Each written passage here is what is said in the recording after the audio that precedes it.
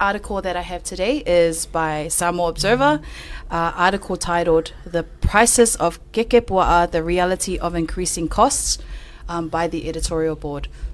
So this article discusses the recent price increases of kekepuaa at the Whangalei market in Samoa, where the cost has risen from $2 to $2.50.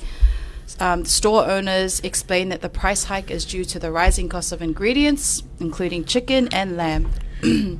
So they've used the small price change as a starting point. The article broadens its focus to highlight Samoa's growing cost of living crisis, they describe, and it describes how many families and small businesses are currently struggling. Then they go to address the ongoing public sector financial crisis, with government workers, including civil servants, not receiving their pays, which I'm sure some of you have seen online.